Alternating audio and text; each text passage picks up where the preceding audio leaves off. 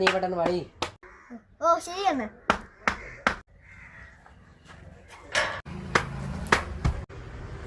നിങ്ങളിവിടെ ഇരുന്ന് പണി ചെയ്യുമല്ലോ മനുഷ്യ.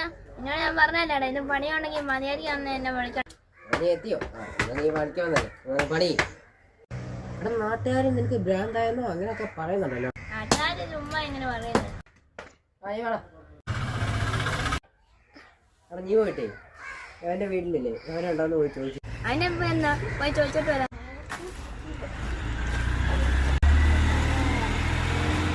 നിങ്ങളെന്നെ പറ്റിക്കാന്നല്ലേ? ഫോൺ വിളിച്ച് ചോദിച്ചോ.